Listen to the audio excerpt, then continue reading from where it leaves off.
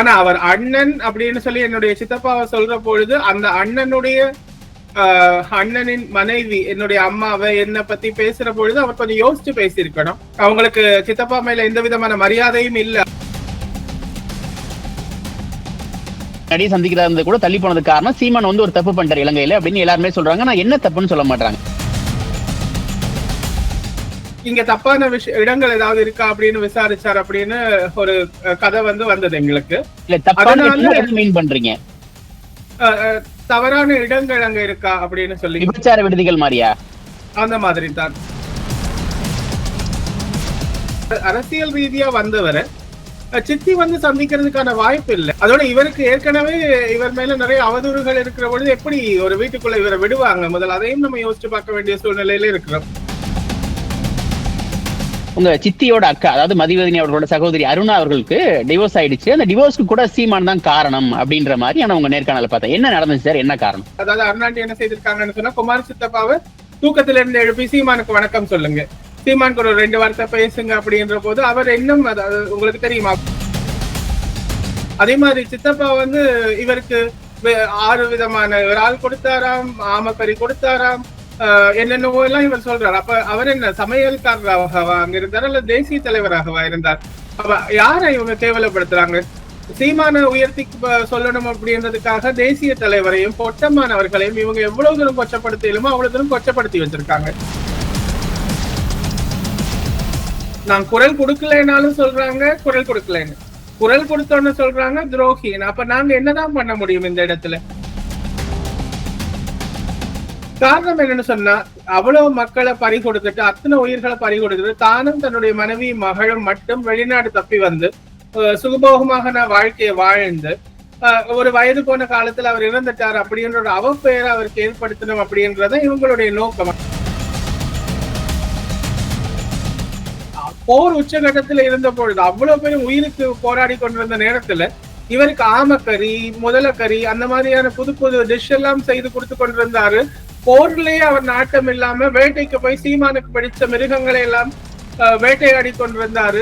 அப்படி சொல்ற போது எல்லாரும் என்ன யோசிப்பாங்க, சண்டைக்கு போகாம இவர் சீமானை பார்த்ததாலதான் இவங்க எல்லாம் தோத்து போயிட்டாங்களோன்னு பிற்கால வரலாறு சொல்லும். அப்படியான சில விஷயங்களை கொண்டு வர்றதுக்கு தான் இவங்க எல்லாரும் சேர்ந்து முயற்சி எடுத்துட்டு இருக்காங்கன்னு தான் நான் பாக்குறேன் என்னுடைய பார்வையில. ஒன்னிந்திய அரசியல் நேயர்களுக்கு வணக்கம். இன்றைய அரசியல் களம் நிகழ்ச்சியில் நம்மோடு இணைந்திருப்பது தமிழீழ விடுதலை புலிகள் தலைவர் பிரபாகரனின் அண்ணன் மகன் கார்த்திக் மனோகரன் அவர்கள். சார் வணக்கம். வணக்கம் சார்.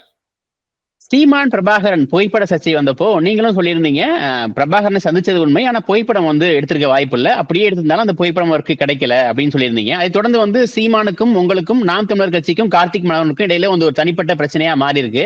நாம் தமிழர் தம்பிகள் உங்களை ரொம்ப கடுமையா விமர்சிக்கிறாங்க. சமீபத்துல சீமானும் ரொம்ப தரக்குறைவான வார்த்தைகளை உங்களை விமர்சிச்சிருந்தாரு. குறிப்பா பாலச்சந்திரன் இறந்த தினத்தை அன்னைக்கு கூட நீங்க பிறந்ததை கொண்டாடுனீங்க அப்படின்றது. இன்னொன்னு பிரபாகரனே உங்களை புறக்கணிச்சிட்டாரு, பிரபாகரன் குடும்பத்துக்கும் கார்த்திக் மனோகரன் குடும்பத்துக்கும் எந்த சம்மந்தமும் இல்லை அப்படின்ற மாதிரியான விமர்சனங்களை அவங்க போய் வச்சுட்டு இருக்காங்க. எப்படி பாக்குறீங்க? என்ன சொல்ல விரும்புறீங்க? அதாவது இப்ப சீமான் அவர்களுடைய தவறுகளை நான் சுட்டி காட்டினதால இப்படியான போலியான வதந்திகளை அவங்க கிளப்புறாங்க அப்படின்னு சொல்லி நான் பாக்குறேன். சித்தப்பா எந்த ஒரு காலகட்டத்திலையும் எந்த ஒரு இடத்துலயும் எங்களை ஒதுக்கி வச்சுட்டதாவோ புறந்தழினதாவோ எங்கேயுமே அவர் எங்கேயும் பதிவிடவும் இல்லை, சொல்லவும் இல்லை. அவர் சொல்லாத ஒரு விஷயத்த எங்க மேல குற்றமா வைக்கிறது, அதாவது இவருக்கு சொன்னாரா அவர் இப்படி பண்ணிட்டேன் அப்படின்னு சொல்லி எங்களுக்கே தெரியாத விஷயத்தை இவருக்கு சொல்லி இருக்கிறாரு. அதாவது அவர் ஏதாவது ஒரு ஆதாரம் இருந்தது அப்படின்னு சொன்னா அவர் சொல்லலாம். நான் கூட பதிவு செய்திருக்கிறேன். அதாவது 9ஆம் தேதி மே மாதம் என்னுடைய தாத்தா அங்க இருந்து போன்ல எங்க கூட பேசினார். 2009ஆம் ஆண்டு மே மாதம் 9ஆம் தேதி வரை எங்களுக்கு அவர்களுடன் தொடர்பு இருந்தது. அப்ப அப்படி இருக்கிற போது எப்படி எங்களை ஒதுக்கி வச்சுட்டதா இவங்க சொல்ல முடியும்? அதோட 2003ல இருந்து அப்பப்பா அப்பம்மா தாத்தா பாட்டி சித்தப்பா கூட தான் இருக்காங்க. அப்ப அங்க எங்களுடைய இன்னும் அதிகமா நாங்க பேசிக்கொள்றதுக்கான சூழ்நிலை இருந்ததை ஒழிய எந்த ஒரு காரணத்திலையும் எங்களை ஒதுக்கி வைக்கவே இல்லை. அது ஒரு போலியா தயாரிக்கப்பட்ட ஒரு செய்தியை தான் இவங்க பரப்பிட்டு இருக்காங்க. பாக்கல அமைதி பேச்சுவார்த்தை காலகட்டத்துல கூட நீங்க ஸ்ரீலங்காவுக்கு போய் உங்க குடும்ப உறவுகளை பாக்கல, பார்வதி அம்மாளையும் நீங்க பாக்கல, பிரபாகரனோட தாயாரையும் நீங்க போய் பாக்கல அப்படின்ற மாதிரியான குற்றச்சாட்டுகளும் உங்க மேல வச்சிட்டு இருக்காங்க. அதான் கேட்க 2003ஆம் ஆண்டு அப்பப்பா அப்பம்மா முடிவெடுத்துட்டாங்க. அதாவது அப்பம்மாவுடைய முடிவு தான் சித்தப்பா கூட 16 வயசுல அவர் வீட்டை விட்டு போயிட்டாரு. அவங்க அவ்வளவு காலம் பிரிஞ்சிருந்தாங்க, பார்க்காம இருந்தாங்க அப்படின்றதுக்காக அவங்க முடிவெடுத்துட்டாங்க. நான் என்னுடைய கடைசி காலத்துல அங்கதான் போயிருப்பேன் அப்படின்னு சொல்லி முடிவெடுத்துட்டு எங்கள்கிட்ட எல்லாம் கேட்டாங்க. எங்க எல்லாரும் கூடயும் இருந்துட்டாங்க. நாங்க குழந்தையில இருந்து வளர்றதையும் அவங்க பார்த்துட்டாங்க.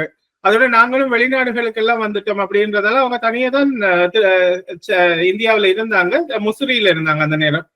அப்ப அவங்க கேட்டாங்க, நான் அங்க போக போறேன்னு, இனிமேல் உங்களை பார்க்க முடியுமா தெரியல, ஆனா இனிமே என்னுடைய எஞ்சிய காலத்தை அங்க கழிக்க போறேன்னு அவங்க 2 பேரும் ஆசைப்பட்டதால அவங்கள நாங்க சித்தப்பா கூட பேசி அனுப்பி வச்சோம். ஆனா எங்களுடைய அப்பாவுக்கு வந்து எப்பவுமே ஒரு பயம் இருந்தது. அவருடைய மகன் எங்களுடைய சித்தப்பா வந்து இந்த நாட்டுக்காக கொடுத்துட்டாரு. அப்ப மூத்த மகனான என்னுடைய அப்பாவை அவருக்கு வந்து இழக்கிறதுல எந்த விதமான விருப்பமும் இல்லை. அப்ப அவர் வந்து இன்னும் ரொம்பவே பயப்படுவாரு எங்களுடைய அப்பாவை நினைச்சு. அப்ப அவர் வந்து அங்க இருந்த போது, அவர் சித்தப்பா கூட இருந்த பொழுது அவர் சொல்ற விஷயம் என்னன்னு சொன்னா, எக்காரணம் கொண்டு நீங்க வரக்கூடாது இங்க. எக்காரணம் கொண்டு அங்க வரக்கூடாது, உங்களோட உயிருக்கு பாதுகாப்பு இல்லை. உங்களுக்கே தெரியும், அதாவது பாலச்சந்திரனுக்கு நடந்தது என்ன அப்படின்னு சொன்னா, அந்த ரத்தம் இருக்கக்கூடாது அப்படின்னு சொல்லிதான் கடைசி வரை அழிச்சாங்க அவங்க. அப்படி இருக்கிற பொழுது எங்களுடைய அப்பாக்கோ எங்களுக்கோ எந்த விதமான பாதுகாப்பு இருக்கும் அப்படின்னு நினைக்கிறீங்க? அந்த இடத்துக்கு போனா அந்த பாதுகாப்பு காரணம் கருதி நாங்க போகல. அடுத்து சித்தப்பாவும் அதை விரும்பல. சித்தப்பா நினைச்சிருந்தா வாங்க, நான் உங்களை கூட்டிட்டு போறேன்னு சொல்லியிருந்தா, அல்லது பசங்களை அனுப்புங்கன்னு சொல்லியிருந்தா எங்களுடைய அப்பா அம்மா வந்து எந்த வித தயக்கமும் இல்லாம எங்களை அனுப்பியிருப்பாங்க. ஏன்னா அவர் அப்படி சொல்லல. நீங்க எங்க இருக்கிறீங்களோ அங்க பத்திரமா இருங்கன்னு தான் அங்க இருந்து எப்பவுமே எங்களுக்கு செய்தி வந்தது. பிரபாகரன் அவர்களை வந்து அண்ணன்றாரு, மேதகுன்றாரு, தேசிய தலைவர்ன்றாரு. அப்படி வந்து சீமான் நொடிக்கு நொடி பிரபாகரனை பத்தி பேசுற சீமான் வந்து பிரபாகரனோட சொந்த அண்ணன் மகனை வந்து இவ்வளவு கீழ்த்தரமா பேசுறாரு. இதை நீங்க எப்படி பாக்குறீங்க? இதை எதிர்பார்த்தீங்களா நீங்க? அது நான் இந்த அளவு எதிர்பார்க்கல. ஆனா நான் எதிர்பார்த்தது வந்து இப்ப பொட்டம்மான் அவர்களை வந்து இவர் ஒரு தகாத வார்த்தையில பேசியிருந்தார் அப்படின்னு சொல்லி நான் கேள்விப்பட்டிருக்கேன். அந்த ஆடியோவும் கேட்டிருக்கேன். அப்ப அப்படி இருக்கிற போது அவ்வளவு பெரிய ஒரு தளபதியையே அவர் அப்படி பேசுற பொழுது கார்த்திக் அப்படின்ற ஒரு நபர் வந்து அவருக்கு வந்து ஒரு சிறு துரும்பா கூட இருந்திருக்காது அப்படின்றது என்னுடைய பார்வை. ஆனா அவர் அண்ணன் அப்படின்னு சொல்லி என்னுடைய சித்தப்பாவை சொல்ற பொழுது அந்த அண்ணனின் மனைவி என்னுடைய அம்மாவை என்னை பத்தி பேசுற பொழுது அவர் கொஞ்சம் யோசிச்சு பேசியிருக்கணும். ஆனா அப்படியான ஒரு தன்மை அவருக்கு இல்லை அப்படின்றது வந்து அவரும் அவருடைய அந்த தம்பிகள் அப்படின்னு சொல்லி அவங்க எங்களை தரக்குறைவா பேசுறதன் மூலமாக நான் அறிஞ்சு கொண்டேன். அவங்களுக்கு சித்தப்பா மேல எந்த விதமான மரியாதையும் இல்லை. அதனாலதான் இப்படியான வார்த்தை பிரயோகங்கள் வந்து எங்கள் குடும்பத்தின் மேலேயே திரும்பி இருக்கு. யாரு சித்தப்பா யாரு, என்னுடைய அப்பா யாரு, அல்லது அவங்க யாருடைய பிள்ளைங்க அப்படின்றத அவர் கொஞ்சம் யோசிச்சு இதை பத்தி பேசியிருக்கணும். அவருடைய அதாவது நான் சொல்லுவேன் என்னன்னு சொன்னா, அவருடைய உண்மையான நிறத்தை அவர் வெளிப்படுத்திட்டார் அப்படின்னு சொல்லுவேன் இந்த இடத்துல. இல்ல இத்தனைக்கு பிறகும், அதாவது இப்ப நீங்க வந்து சீமான் பிரபாகரன் புகைப்படம் தொடர்பா நீங்க பேசின விஷயமாகட்டும், ஒரு மொத்தமே 7 to 10 நிமிஷம் தான் சந்திச்சாருன்ற விஷயத்த நீங்களும் பதிவு பண்றீங்க. ஒளிப்பதிவாளர் சந்தோஷம் பதிவு பண்றாரு, அமர்தாசும் பதிவு பண்றாரு, பல்வேறு தலைவர்கள் கொளத்தூர் மணில இருந்து, வைகோல இருந்து, விடுதலை ராஜேந்திரன்ல இருந்து பல்வேறு தலைவர்கள் வந்து பதிவு பண்றாங்க. ஆனா இப்பவும் கூட சமீபத்துல ஈரோட்டு பிரச்சாரத்துல ஒரு மேடையில சொல்றாரு, AK-74 துப்பாக்கி நான் சுட்டேன், தலைவர் கொடுத்தாரு, ரஷ்யா மேடு துப்பாக்கி, அது தோட்டா வந்து அரிசி மாதிரி இருக்கும் அப்படின்னு இப்ப கூட திரும்ப சொல்றாரு. எப்படி பாக்குறீங்க நீங்க? அதாவது இவருக்கு வந்து அந்த ஒரு எல்லா அப்படின்னு சொல்லி ஒரு டாக்குமெண்ட்ரி படம் ஒண்ணு எடுத்தாங்க. அந்த நேரத்துல அவங்க அதற்கு பயன்படுத்தின ஆயுதங்கள் எல்லாத்தையும் வந்து இவங்களுக்கு வந்து கொடுத்திருந்தாங்க. அதாவது அந்த இடத்துல படத்துல பயன்படுத்துற பொழுது இவர் அதுகளை வச்சு படம் எடுத்துக்கிட்டாரு. அந்த இடத்துல சித்தப்பா கூட இவர் அங்க போய் நேரத்தை செலவழிக்கல. அவர் வேற வேற விஷயங்கள், அவர் அங்க சுத்தி அதாவது இடங்களை பாக்குறது, அங்க நடக்கிற செயல்முறைகளை தெரிஞ்சு கொள்றது, அந்த மாதிரியான விஷயங்கள் வந்து அவருக்கு உள்ள அந்த கான்டாக்ட்ஸ் மூலமா அவர் அதெல்லாம் பண்ணிட்டு இருந்தார். அதுல வந்து எந்த விதமான ஒரு மறுப்பும் நாங்க சொல்ல வரல. ஆனா சித்தப்பாவை சந்திச்சது, சித்திய போய் சந்திச்சது அப்படின்றதான் நாங்க வந்து மறுக்கிறோம். காரணம் என்னன்னு சொன்னா, எங்களுடைய ஃபேமிலியில வந்து ஒரு பழக்கம் இருக்கு. அதாவது எங்களுடைய அப்பா அம்மா வந்து எப்பவுமே யாராவது இப்படி வந்து சந்திச்சாங்கன்னு சொன்னா உடனே அதை தொலைபேசியில வந்து சொல்லுவாங்க. அப்ப வந்து எந்த ஒரு காலகட்டத்திலயுமே நாங்க அப்படி சீமான்னு ஒருத்தர் வந்தாரு, வீட்டுக்கு வந்தாரு, சாப்பிட்டாரு அப்படி இப்படின்னு எதுவுமே சொன்னதில்லை. சித்தி சந்திச்சிருந்தாலும் அது எங்களுக்கு தெரிய வந்திருக்கும். அப்படியும் சொன்னதில்லை. அப்படி ஒரு சந்திப்பு நடந்திருக்கிறதுக்கான வாய்ப்பே இல்லை. என்னன்னு சொன்னா, இவர் சொல்றதை பார்க்க, அதாவது இங்க வந்து இப்ப இவர் மேடைகள்ல சொல்ற விஷயத்த பாக்குற போது இதற்கு சீமான கூப்பிட்டுருக்க தேவையில்லை. அந்த உணவு ரிவ்யூஸ் விமர்சனம் செய்யறாங்க இல்லையா, அவங்கள யாராவது கூப்பிட்டுருக்கலாம். ஏன்னா இவர் அங்க போயிட்டு வந்து என்ன சொல்றாங்க, அவங்க எந்த விதமான சாப்பாடு சாப்பிடுவாங்க, எவ்வளவு சாப்பிடுவாங்க, எப்படி சாப்பிடுவாங்க, அதாவது போராட்டம்ன்றது என்ன, உணவுக்காகவா நடந்தது? அதே மாதிரி இவர் சொல்ற மாதிரி புது புது விதமான உணவுகள் தயாரிக்கிறது, அதை இவருக்கு பரிமாறுறது, இவர் சாப்பிட்றத பார்த்து அவங்க மகிழ்ச்சி அடைகிறது, இவரை வாகனத்துல ஏத்துறது, இவருக்கு முத்தம் கொடுக்கிறது, இப்படியான எந்த ஒரு விஷயமே அங்க நடக்கல. எல்லாமே இவருடைய கற்பனை. இவர் ஒரு கற்பனையில வாழ்ந்து கொண்டு அதை வந்து மக்களுக்கு சொல்லி அதை ஏதோ உண்மை மாதிரி கைதட்டல் வாங்கிட்டு போறாரு. ஆனா எனக்கு ஆச்சரியம் என்னன்னு சொன்னா, கைதட்டுறவங்க ஒருத்தர் கூட யோசிச்சு பார்க்க மாட்டாங்களா இப்படி எல்லாம் நடந்திருக்குமா போர் சூழ்நிலையில. போர் சூழ்நிலையில இவரை இப்படி வச்சு பராமரிச்சு இவருக்கு சிறப்பு சலுகைகள் எல்லாம் கொடுத்து இவரை சிறப்பாக கவனிக்கிற அளவுக்கு இவர் அப்படி என்ன சாதிச்சுட்டு போனாரு இந்தியாவில இருந்து, அதுவும் எங்களுக்கு புரியல. இல்ல இப்ப நான் சொல்றது ஈரோடு பிரச்சார மேடையில தலைவரோட பிரபாகரன் அவர்களோட தான் பயிற்சி செஞ்சேன். பிரபாகரன் தான் சொன்னாரு இது AK-47 AK-74 ரஷ்யால மட்டும்தான் இருக்கு அப்படின்னு பிரபாகரன் தான் சொன்னாரு. திரும்ப சொல்றாரு. நான் என்ன சொல்றேன்னா, நீங்க பேசி இத்தனை பேர் பேசியும் கூட சீமான் திரும்ப திரும்ப அந்த விஷயத்தையும் உண்மைதான், ஆமா நான் பயிற்சி செஞ்சேன், பிரபாகரன் தான் எனக்கு சொல்லி கொடுத்தாரு துப்பாக்கி சுட அப்படின்னு சொல்றாரு. அதுக்காக கேட்கிறேன். இல்ல இப்ப அவர் சொல்றதை வந்து மறுத்து பேசுறதுக்கு இப்ப சித்தப்பா உயிரோட வரப்போறது இல்ல. அப்ப இவர் எப்பவுமே சொல்றதை பாத்தீங்கன்னு சொன்னா, இறந்து போன ஆட்களை பத்தி மட்டும்தான் இவர் பேசுறாரு. இறந்து போன ஆட்களுக்கும் தனக்கும் எந்த விதமான நெருக்கம் இருக்கு அப்படின்றத வந்து அவங்க இறந்து போனதுக்கு அப்புறம் தான் சொல்ல ஆரம்பிக்கிறாரு. அவங்க உயிரோட இருக்கிற பொழுது இவர் சொன்ன மாதிரி தெரியல. என்ன சொன்னா, உயிரோட இருக்கிற பொழுது சொல்லியிருந்தா சொல்லிடுவாங்க வந்து இப்படி எல்லாம் நடக்கவே இல்லையும் போய் சொல்றீங்கன்னு இவருக்கு நல்லா திட்டு விழுன்னு நினைக்கிறேன். இவர் அப்படி எதுவுமே அது அவங்க இல்லாத பொழுதுதான் இப்படியான போலியான பிரச்சாரங்களை செய்து கொண்டு இருக்கிறாரு. இவர் திருந்துறதுக்கான வாய்ப்பு இல்லைன்னு இவர் இது இப்படி சொல்ற போது புரிஞ்சுக்கிறேன். நான் என்னன்னு சொன்னா, இனிமேலாவது கொஞ்சம் தான் விட்ட தவறுகளை உணர்ந்து இவர் திருந்தினார்னா பரவாயில்ல. அதை கூட திருத்திக் கொள்ளாம இல்ல எனக்கு இப்படி நடந்தது எனக்கு புரியல. அதாவது பிரச்சாரம் செய்யறதுக்கு இவரை கூப்பிட்டாருன்னு இவரே சொல்றாரு. ஒரு பிரச்சாரத்துக்கு பயன்படுத்த நினைச்ச ஒரு நபருக்கு எதுக்கு அவங்க வீணா போர் பயிற்சி எல்லாம் கொடுக்கணும்? அது அப்படி யாருக்குமே நடக்கிறது இல்லையாங்க. அப்படி போர் பயிற்சி எடுக்கிறதுக்கு எவ்வளவு அவங்க வந்து காலம் அவங்க அந்த இடத்துல இருக்கணும் தெரியுமா? அதாவது எத்தனை பயிற்சிகள் போகணும், எவ்வளவு விஷயம் செய்யணும், அதுக்கப்புறம் தான் அவங்களுக்கு ஆயுத பயிற்சி எல்லாம் வழங்கப்படும்னு நாங்க எவ்வளவு கேள்விப்பட்டிருக்கிறோம். அப்ப போன உடனே இவருக்கு பயிற்சி கொடுக்குற அளவுக்கு அதே மாதிரி நிறைய அதாவது ரொம்ப ரொம்ப சின்ன விஷயங்களை சொல்றாரு. அதாவது என்னன்னா, இவர் ஒரு படத்துல என்கவுண்டர் பார்த்தது சித்தப்பா வந்து பார்த்தாராம். அது பார்த்துட்டு என்ன திரைப்படத்துல எல்லாம் நல்லா என்கவுண்டர் பண்றீங்க, இங்கேயும் உங்களுக்கு துப்பாக்கி பிடிக்க தெரியலன்னு சொன்னாராம் அப்படின்னு சொன்னதே சிரிப்பா இருக்கு. அதாவது சித்தப்பா வந்து இப்படி ஒரு தமிழ தேசிய தலைவருக்கு திரைப்படத்துல எடுக்கிற காட்சி தெரியாதா? எத்தனை ஆக்ஷன் திரைப்படங்கள் ஆங்கில படங்கள்லாம் அவர் பாப்பாருன்னு நாங்க கேள்விப்பட்டிருக்கிறோம். அப்படி பாக்குறவருக்கு தெரியாது ஒரு சினிமாவில வந்து என்கவுண்டர் செய்யறேன்னா அதோட நடிப்பு, அது நிறைய ஷார்ட்ஸ் வைப்பாங்க, நிறைய டேக்ஸ் போவாங்கன்றது கூட தெரியாம ஒரு தமிழ தேசிய தலைவர் இருந்தாரா? இவர் என்ன யார முட்டாளாக்க நினைக்கிறார்? இவர் முட்டாளா இருக்கலாம், அதுக்காக எங்களுடைய சித்தப்பாவை அப்படி அவர் சித்தரிக்க வேண்டிய அவசியம் இல்லையே. இந்த ஆமைக்கறி கதையாகட்டும், ஆமை ஓடு கதையாகட்டும், இந்த துப்பாக்கி சூடு பயிற்சி ஆகட்டும், இப்படி பல்வேறு கதைகள் இருக்கு. இல்ல ரொம்ப கடுப்பான கதை எது சீமான் சொன்ன கதைகள்? அதாவது கடுப்பான கதை எதுன்னு சொன்னா, ஆமை ஓட்டுல ஏறி இருந்துட்டு அவங்க அத படகு மாதிரி அதாவது பரிசல் மாதிரி உட்கார்ந்துட்டு போனாங்களாம் அப்படின்னு சொல்றதுதான் யாராலையும் நம்ப முடியாது. அப்படி ராட்சச ஆமை வந்து இலங்கையில இல்ல, வேற வேற தீவுகள்ல இருக்கிறதுக்கான வாய்ப்பு இருக்கே ஒழிய, அதாவது அமெரிக்கா அந்த மாதிரியான இடங்களுக்கு பக்கத்துல நமக்கு கேள்விப்பட்டிருக்கிறோமே ஒழிய, என்ன எப்படி ஒரு சின்ன ஆமையில எப்படி ஒரு ஆள் உட்கார்ந்துட்டு போக முடியும்? அதுவும் பரிசல் மாதிரி போனது அப்படி என்றது. ரெண்டாவது வந்து ஆமை வேட்டைக்கு வந்து அங்க தடை விதிக்கப்பட்டிருக்கு. அதாவது அடிபட்ட ஆமைகள், வலையில சிக்கிற ஆமைகள் வந்து இனிமேல் அதாவது இறந்து போன ஆமைகள் அவங்க சமைச்சு சாப்பிடுவாங்கன்னு நாங்க கேள்விப்பட்டிருக்கிறோமே ஒழிய, ஆமையை வந்து பிடிச்சவங்க அது வந்து பாதுகாக்கப்பட்ட உயிரினம் அது. அப்ப அந்த நேரத்துல அப்படியான சமையல் இவருக்கு சமைச்சு கொடுக்கறதுக்கு யாருமே அங்க இருந்திருக்க மாட்டாங்க. ஒருவேளை ஏதாவது இறந்து போன ஆமை அப்படி ஏதாவது இவங்களுக்கு அகப்பட்டது இனிமேல் அது உயிரோடு இருக்க முடியாதுன்ற பட்சத்துல அவங்க ஏதாவது சமைச்சிருந்தாங்கன்னா இவருக்கு பரிமாறப்பட்டிருக்கலாம். அதுவும் அங்க இருக்கிற மீனவ குடும்பங்கள் அப்படி எங்கேயாவது இவர் போன நேரம் அவர்களை சந்திச்ச நேரம் அவருக்கு கிடைச்சிருக்கலாமே ஒழிய, இவருக்காக எங்கேயுமே யாருமே அப்படி தேடி பிடிச்சு எல்லாம் வந்து சமைச்சு கொடுத்துருக்க மாட்டாங்க. இவர் சொல்றது முழுக்க முழுக்க ஒரு கற்பனை. அதாவது இவர் நல்ல கதாசிரியர் அப்படின்றது வந்து இதுல இருந்து நான் புரிஞ்சுக்கிறேன். சீமான் வந்து இப்ப இலங்கையில வந்து ஒரு தப்பு பண்ணிட்டாரு, அதனாலதான் வந்து தலைவர் அவர்களை சந்திக்கிறது கூட ஒரு நாள் தள்ளி போச்சு. முன்னாடியே சந்திக்கிறதா கூட தள்ளி போனதுக்கு காரணம் சீமான் வந்து ஒரு தப்பு பண்ணிட்டாரு இலங்கையில அப்படின்னு எல்லாருமே சொல்றாங்க. நான் என்ன தப்புன்னு சொல்ல மாட்டாங்க. என்ன விஷயம் நினைக்கிறீங்க? நீங்க ஏதாவது கேள்விப்பட்டீங்களா? பெண்கள் விஷயமா, வேறு சம்பந்தப்பட்ட விஷயமா? அதாவது என்னன்னு சொன்னா, அங்க வந்து ரொம்ப கட்டுக்கோப்பான இயக்கம் எங்களுடையது. அதுல வந்து குடி இல்ல, அந்த மாதிரி நிறைய விஷயங்கள் வந்து அங்க வந்து இல்ல. அதாவது ஒரு தவறான விஷயம் எதுவும் நடந்தது என்று சொன்னா உடனே அவங்களுக்கான தண்டனை உடனே வழங்கப்படும். அப்படி இருக்கிற இடத்துல இவர் போய் இங்க தப்பான இடங்கள் ஏதாவது இருக்கா அப்படின்னு விசாரிச்சார் அப்படின்னு ஒரு கதை வந்து வந்தது எங்களுக்கு.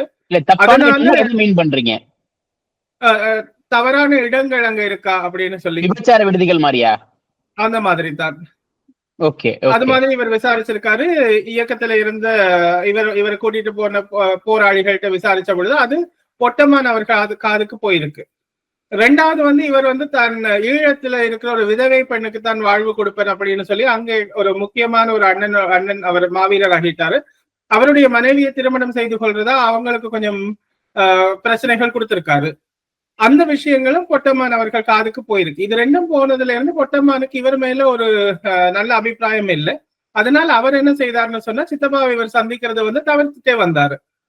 கடைசியில் அவர் சேரலாதன் அவர்கள் மூலமா அங்க போனதால, அதாவது இப்படி என்ன சொல்றது, அவர் ஒரு பிரச்சாரம் அப்படின்னு சொல்லி அந்த இதுக்காகத்தான் அவரை கூப்பிட்டதுன்னு சொன்னதால ஒரு மனிதாபிமான முறையில இவ்வளவு தூரம் வந்திருக்கிறாரே அப்படின்னு சொல்லிட்டு அவரை ஒரு சில நிமிஷங்கள் சித்தப்பா சந்திக்கிறதுக்கான ஏற்பாடு மட்டும் நடந்து அது மட்டும்தான் நடந்தது அப்படின்றத நாங்க கேள்விப்பட்ட ஒரு விஷயம். அவர் வந்து இப்படியான சில தவறுகள் செய்யலைன்னு சொல்லியிருந்தா ஒருவேளை இவர் சொல்ற மாதிரி இவரை கூப்பிட்டு பார்த்திருப்பாங்க. அடுத்தது இப்படி ஒரு தவறான ஒரு நபரை வந்து அவங்க கடைசி வரைக்கும் வந்து அடுத்த கட்டமா நீங்க கொண்டு போங்கன்னு சொல்றதுக்கான வாய்ப்பும் இல்லை அப்படின்றத நான் இதுல பதிவு செய்ய விரும்புறேன். நீங்க என்ன சொல்றீங்கன்னா பிரபாகரனுடைய மனைவி மதிவதனி அவர்கள் உங்க சித்தியை வந்து சீமான் சந்திச்சிருக்க வாய்ப்பே இல்லை அப்படின்றீங்க. ஆனா சீமான் என்ன சொல்றாருன்னா எங்க அண்ணியை வந்து நான் எங்க அண்ணிட்ட வந்து இன்னும் பேசிட்டு தான் இருக்கேன், எங்க அண்ணி வந்து முன்னாடி ஆஸ்திரேலியா இருந்தாங்க, இப்ப டென்மார்க்ல இருக்காங்க அப்படின்றாரு. இலங்கையில இருக்கப்பவுமே வந்து மதிவதனி அவர்களை பத்தி பல்வேறு சம்பவங்களை குறிப்பிடாரு. சீமான் அவர்கள் வந்து உபசரிச்ச விதம் பற்றி பல்வேறு விஷயங்களை குறிப்பிடாரு. நீங்க எப்படி பாக்குறீங்க? இல்ல அது வந்து அவர் அண்ணின்னு சொல்றது வந்து எங்களுடைய சித்தியை இல்ல, சித்தியினுடைய அக்காவை அவங்களோட தான் தொடர்புல இருக்கிறேன்னு சொல்றாரு. அவங்க வந்து முதல் டென்மார்க்ல வசிச்சாங்க, அதுக்கப்புறம் கொஞ்சம் காலம் இங்கிலாந்துல போய் வசிச்சாங்க. இப்ப திருப்பி டென்மார்க்கு வந்துட்டு இப்ப இந்த போலி நடிகை மோசடி கும்பலோட சேர்ந்து இப்ப அவங்க ஐரோப்பால எங்க இருக்காங்கன்னு தெரியல எங்களுக்கு. அவங்க கூட தான் இவர் கான்டாக்ட்ல இருக்கிறாரே ஒழிய சித்திய வந்து, அதாவது நான் கேட்கிறேன், இவர் வந்து அபிஷியல், அதாவது அரசியல் ரீதியா வந்தவரை சித்தி வந்து சந்திக்கிறதுக்கான வாய்ப்பு இல்லை. அப்படி வந்தவரை எதுக்கு அவங்க வீட்டுக்கு கூப்பிட்டு இட்லிக்குள்ள கறி வச்சு அவிச்சு கொடுத்தாரு, அந்த இந்த மாதிரியான விஷயங்கள் எல்லாம் நடக்கிறதுக்கான வாய்ப்பே இல்லை. அதாவது குடும்பத்துக்குள்ள எல்லாம் அவங்க கூட்டிட்டு வரவே மாட்டாங்க இப்படி வர்றவங்களை. அதோட இவருக்கு ஏற்கனவே இவர் மேல நிறைய அவதூறுகள் இருக்கிற பொழுது எப்படி ஒரு வீட்டுக்குள்ள இவரை விடுவாங்க? முதல் அதையும் நம்ம யோசிச்சு பார்க்க வேண்டிய சூழ்நிலையில இருக்கிறோம். சித்தியுடைய அக்கா குடும்பம் அண்ணன் குடும்பத்தோடு தான் இவர் இங்க டென்மார்க் வந்த பொழுது ரொம்ப நெருக்கமானாரு. சொல்லுங்க சார். டென்மார்க் வந்தப்போ சீமான் அவர்கள் நீங்க பாத்தீங்களா, உங்களை சந்திக்க முற்பட்டாரான்னு கேட்கிறேன். அவர் எங்களை சந்திக்க முயற்சி செய்தார். அவங்க வீட்டுலதான் தங்கி இருந்தாரு. அவரும் தடா சந்திரசேகர்னு அவரும் வந்திருந்தாங்க. தடா சந்திரசேகர் அவரை வந்து எங்களுக்கு முன்னாடியே தெரியும். காரணம் என்னன்னு சொன்னா அவர் இந்தியாவில இருந்த பொழுது எங்கள் அப்பா அம்மா வந்து ஒரு தடவை அவர் வீட்டுக்கு அழைச்சு போயிருக்காங்க சென்னை வந்த போது. அவர் வந்து இயக்கத்திற்காக நிறைய அந்த நேரத்துல உதவிகள் செய்து கொண்டு வந்த பொழுது இருக்க மரியாதை நிமித்தமா எங்களுடைய அப்பா அம்மாவை சந்திக்க ஆசைப்பட்டு போய் சந்திச்சிருக்காங்க. அதே மாதிரி அவர் இங்க வந்த பொழுது எங்களை சந்திக்கிறதுக்கு அவர் விரும்பினாரு. எங்களுக்கும் அவரை சந்திக்கிறதுக்கு ஓகே, எங்களுக்கு விருப்பம் தான். ஆனா சீமானும் அவரோட சேர்ந்து வருவார் அப்படின்றதுக்காக எங்களுடைய அப்பா வந்து அந்த சந்திப்பை மறந்துட்டாரு, தான் சந்திக்க விரும்பலன்னு சொல்லிட்டாரு. நாங்க எந்த காலத்திலயும் சீமான சந்திச்சதும் இல்லை, நாங்க அவரோட தொலைபேசியில கூட பேசினது இல்லை நாங்க ஒருத்தருமே. ஓகே, மதிவதனி அவர்களோட சகோதரி அருணா அவர்களோட தான் வந்து சீமானுக்கு வந்து ஒரு கான்டாக்ட் இருக்கு, அவங்க பேசிக்கிறாங்க அப்படின்னு சொல்றீங்க. அப்ப நீங்க வந்து எதிர்க்கிறீங்க சீமானோட பேச்சுக்களும் சரி சீமானோட நடவடிக்கையும் சரி தப்பா இருக்கு, அவர் வந்து பொய்யா பேசுறாரு அப்படின்னு சொல்றீங்க. அருணா அவர்கள் மட்டும் எப்படி சீமானை நம்புறாங்க? அவங்க வந்து என்னன்னு சொன்னா இப்ப நாம் தமிழர் கட்சியில வந்து இவர் என்ன சொல்லி இங்க இருக்கிற மக்களை ஏமாத்துறாரு அப்படின்னு சொன்னா, தமிழ்நாட்டுக்கு தான் வந்து முதலமைச்சரானா உங்களுக்கு தமிழீழம் பெற்று தருவேன் அப்படின்னு சொல்றாரு. அது வந்து எந்த காலத்திலயும் சாத்தியம் இல்லைன்றது இந்தியாவில நான் 98ஆம் ஆண்டு வர வசிச்ச எங்களுக்கு தெரியும். அதாவது இந்தியான்றதுல வந்து எத்தனையோ மொழிகள் இருக்கு, எத்தனையோ, அதாவது இந்தியான்றதுல தமிழ்நாடுன்றது தனி நாடு இல்லை. அப்படின்றது எங்களுக்கு தெரியும். அதாவது இவரால் அது முடியாதுன்றதும் எங்களுக்கு தெரியும். ஆனா அவங்க எல்லாரும் நம்புறாங்க என்னன்னு சொன்னா சீமான் சொல்றதை செய்திருவார் அப்படின்னு நம்புறாங்க. அப்ப அவங்க என்ன செய்வாங்க அப்படின்னு சொன்னா இங்க வந்து அங்க வந்து போட்டியிடுற ஒவ்வொருத்தருக்கும் வந்து இங்க இருக்கிற ஒருத்தரை வந்து கான்ட்ராக்டா பிடிச்சு கொடுப்பாங்க. சோ அவங்க வந்து தேர்தலுக்கான செலவுல இருந்து சீமானுடைய கட்சிக்கான செலவுல இருந்து கணக்கு அந்த அதே போல இவங்களே வந்து ஒத்துக்கிட்டாங்க. இங்க இருந்து உதவிகள் வருது, நாங்க அனுப்புறோம், அன்பளிப்பு அனுப்புறோம் அப்படின்னு சொல்லிட்டு இவருக்காக பேச வந்தவங்க கூட ஒத்துக்கிட்டாங்க. அந்த மாதிரி இவருக்கு வந்து அந்த ஒவ்வொருத்தர் மூலமா வர்றது வந்து இவருக்கு கட்சிக்கு, அதாவது சீமானுக்கு நேரடியாக அனுப்பாம ஒவ்வொரு கேண்டிடேட்டுக்கும் அனுப்புவாங்க இங்க இருந்து. அந்த பணம் வந்து இவங்களுக்கு திரள் நிதியா அங்க சேர்த்து அதுல சொகுசு வாழ்க்கை அவர் வாழ்றாருன்றது எங்களுக்கு தெரியும். அதோட அவர் ஒரு விஷயம் சொல்லியிருந்தாரு முதல், நீங்கள் வந்து எங்கள் தமிழ் பெண்களை கற்பழித்தால் நாங்கள் சிங்கள பெண்களை கற்பழிப்போம் அப்படின்னு சொல்லி ஒரு மேடையில் ஏறி சொல்றதை பார்த்து எங்க அப்பா சொன்னாரு, எவ்வளவு கட்டுக்கோப்பா வைத்திருந்த ஒரு இயக்கத்தை வந்து இந்த தம்பி எவ்வளவு கஷ்டப்பட்டு உருவாக்குன ஒரு விஷயத்த இவர் இப்படி கேவலப்படுத்துறாரு அப்படின்னு சொல்லிட்டு, இனிமேல் இவர் இந்த வீடியோ வந்தா பார்க்க தேவையில்லை வீட்டுல அப்படின்னு சொல்லி முடிவெடுத்துட்டாரு. நாங்க அதுக்கப்புறம் இவருடைய எந்த ஒரு வீடியோவும் பார்த்ததே இல்லை. முக்தார் அவர்களும் விஜயலட்சுமி அவர்களும் கொடுத்த நேர்காணல் அந்த அந்த ஒரு விஷயம் மட்டும்தான் நாங்க பார்த்தோம். அதுவரை நாங்க இவரை பத்தி தெரிஞ்சுக்கவும் விரும்பல. அந்த EVKS இளங்கோவன் அவருடைய மரணத்திற்கு இவர் போய் நின்னது, அதுக்கு அஞ்சலி செலுத்தினது, அந்த விஷயத்த பார்த்துட்டு தான் எனக்கு கொஞ்சம் கோபம் வந்து முகநூர்ல பதிவிட்டேன். அதுக்கு எனக்கு வந்த விமர்சனங்களை வச்சுதான் சீமான் அவர்களுடைய வீடியோக்கள் சிலது பார்க்க வேண்டிய சூழ்நிலையில தள்ளப்பட்டேன். அதுலதான் பார்த்த போதுதான் இவர் என்ன மாதிரியான விஷயங்கள் எல்லாம் பேசியிருக்காரு. அதாவது ஒருவேளை அருணாண்டி சித்தியுடைய அக்காவுடைய கணவர் அங்க போயிருந்த பொழுது கட்டாயம் அவருங்க வந்து சித்தி வீட்டுலதான் இருந்திருப்பாங்க. அப்ப அங்க அவங்கள எப்படி உபசரிச்சாங்களோ அந்த உபசரிப்பை அவருக்கு பதிலா தன்னை கற்பனை பண்ணி சொல்லிட்டாரு. அப்படி அவர் என்ன செய்யறாருன்னு சொன்னா, இங்க சில பேருக்கு கேட்கிறாரு, அங்க உங்களுக்கு என்ன மாதிரி இருந்தது, தலைவரோட என்ன மாதிரி நேரத்தை செலவிட்டீங்க அப்படின்னு தெரிஞ்சு வச்சுக்கிட்டு அவங்கள அந்த இடத்துல இருந்து எடுத்து தன்னை அந்த இடத்துல தூக்கி வச்சுட்டு தனக்கு நடந்த மாதிரி அதை விவரிக்கிறாரு.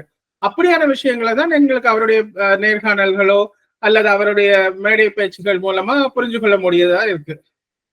பிரபாகரனை பற்றி பலரும் சொல்ற விஷயங்களை கேட்டுக்கிட்டு தனக்கே நடந்ததாக சீமான் வந்து வெளியில பொது மேடையில பேசுறாருன்றீங்க. அப்படி ஒரு கற்பனையில அவர் இருக்காரு. என்னன்னு சொன்னா, அவர் ஒரு 8 நிமிஷம் சந்திச்ச ஒருத்தர் வந்து எப்படி இத்தனை மணி நேரங்கள் செலவிட்டது மாதிரி பேச முடியும்?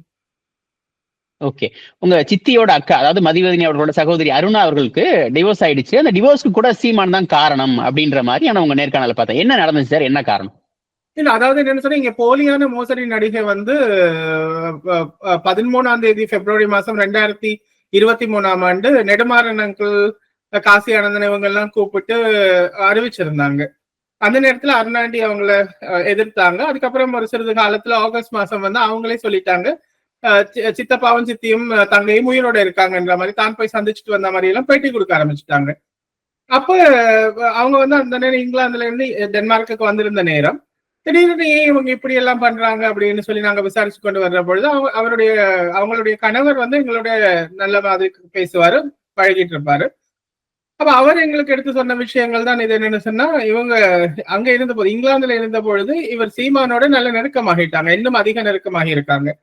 அப்ப இவர் எடுத்து சொல்லியிருக்காரு, வந்திருக்கிறது வந்து துவாரகா தான், உங்களுடைய மகள் தான் அப்படின்றது நீங்க உங்களுடைய வாயால சொன்னாதான் மக்கள் நம்புவாங்க அப்படின்னு சொல்லி இவர் இரவிரவா, அதாவது எங்களுக்கு வந்து இங்க வந்து 2 மணி 3 மணி நடு ராத்திரியில இவர் எடுத்து, அதாவது அவருக்கு அங்க விடிய காலையில தொலைபேசிகள் எடுத்து இவங்க நெடுக அவங்கள வந்து மூளை செலவை செய்திருக்காரு சொல்ல சொல்லி. அவங்களும் இவருக்காக வந்து சரி ஓகே, இவருக்காக திரைநிதிகள் இதால சேகரிக்கப்படலாம் அப்படின்ற ஒரு ஆசையில அவங்களும் இதை ஒத்துட்டு அவங்களும் இந்த இதுல இறங்கி இருக்காங்க. அந்த நேரத்துல என்னுடைய காணொளி வந்த உடனே இவர் மாறி, அது என்னுடைய அண்ணன் பையன் கார்த்திக் சொல்லிட்டான் தானே, இது வந்து போலி அப்படின்னு சொல்லி இவர் விலகிட்டாரு. அதனாலதான் நான் குமார் சித்தப்பா கோவப்பட்டு சொன்னாரு எங்களுக்கு தொலைபேசியில, இவரே எங்களை கொண்டு போய் இதுக்குள்ள இறக்கி விட்டுட்டு இப்ப கடைசியில தனக்கு ஒரு பிரச்சனை வந்தோன்னு விட்டுட்டு ஓடிட்டாரு. இப்ப தேவையா இவருக்கு, ஏன் இவ தேவையில்லாம இப்படி கெட்ட பேர் எல்லாம் சம்பாதிச்சுட்டு இருக்கா, அந்த மாதிரி கோவப்பட்டுட்டு இருந்தாங்க. அதுக்குள்ள இப்படியான விஷயங்கள் செய்தது அவருக்கும் உடன்பாடு இல்லைன்றதால அவங்களுக்குள்ள விவாகரத்து ஆகிருச்சு. இல்ல, சீமான் அவர்களோட நடவடிக்கை பிடிக்கலன்றது புரியுது. ஆனா கணவன் மணிக்குள்ள சீமானால பிரச்சனை வர அளவுக்கு ஏதாவது சீரியஸ்னஸ் இருக்கான்னு கேக்குறேன். இல்ல, சீரியஸ்னஸ் எப்படின்னு சொன்னா, அதாவது ஒரு சொந்த தங்கை வந்து உயிரோட இல்ல, அவங்க கணவர் எப்படியான, அதாவது தேசிய தலைவர், அவருடைய மனைவி, அவங்களுடைய மகள் எல்லாருமே அவங்க நேசிச்ச மண்ணிலேயே அவங்களுடைய இறுதி மூச்சு வரை இருந்துட்டு அவங்க இந்த உலகத்தை விட்டு போயிட்டாங்க. அப்படி இருக்கிற போது அப்படி ஒரு பெருமையான குடும்பத்தை வந்து இவங்க இப்படி செய்யறாங்களே அப்படின்ற ஆதங்கம். அதுக்கப்புறம் நடு ராத்திரியில இப்படி ஒரு தொலைபேசி எடுக்கிறது. அதாவது அருணாண்டி என்ன செய்திருக்காங்கன்னு சொன்னா, குமார் சித்தப்பாவை தூக்கத்துல இருந்து எழுப்பி சீமானுக்கு வணக்கம் சொல்லுங்க, சீமானுக்கு ஒரு 2 வார்த்தை பேசுங்க அப்படின்ற போது அவர் இன்னும், அதாவது உங்களுக்கு தெரியும், அவரும் வயதானவர், 70 வயதுக்கு மேற்பட்டவர். அப்ப அவருக்கும் அதுக்கப்புறம் தூக்கம் வராம அவரும் இரவிரவா முடிச்சிருக்க வேண்டிய சூழ்நிலை. அந்த மாதிரி அவங்க குடும்பத்துக்குள்ள தகராறு வர ஆரம்பிச்சதே அதனாலதான் அப்படின்னு அவர் எங்களுக்கு சொன்னாரு. இப்ப துவாரகான்னு கட்டமைக்கப்பட்ட ஒரு பிம்பம் இருக்குல்ல, துவாரகா இவங்கதான் வந்து பிரபாகரோட மகள் அப்படின்னு சொல்லிட்டு சமீப கொஞ்ச நாளைக்கு முன்னாடி ஒரு வீடியோ வந்துச்சு. அதுக்கு முன்னாடி உங்க அருணா அவர்களும் பேசினாங்க, நான் வந்து மதியவர்களையும் துவாரகா அவர்களையும் சந்திச்சேன் அப்படின்னாங்க. அதுக்கப்புறம் அந்த வீடியோ வந்துச்சு. அது எல்லாமே பொய்ன்றீங்களா? எல்லாமே போய், அதாவது அவங்க உயிரோடு இருந்தாங்கன்னு இவ்வளவு காலமும் வர்றாங்க இல்ல, வெளியில வராம தொலைபேசியில அல்லது ஒரு ஒலி மூலமாக மட்டும் தொடர்பு கொண்டிருக்காங்க. அப்ப அவங்க வெளியில வரதுக்கான சூழ்நிலை இல்லைன்னு சொன்னா அவங்க தங்களை வெளிப்படுத்திருக்க வேண்டிய அவசியம் இல்லை. அடுத்தது எங்களுக்குரிய சந்தேகம் என்னன்னு சொன்னா, அதாவது குடும்பத்தோட வந்து அவங்க அதாவது அருணா ஆண்டியை விட மத்த எல்லாரோடையும் தான் அவங்க கூட அதிகமா பழகிட்டு இருந்தாங்க.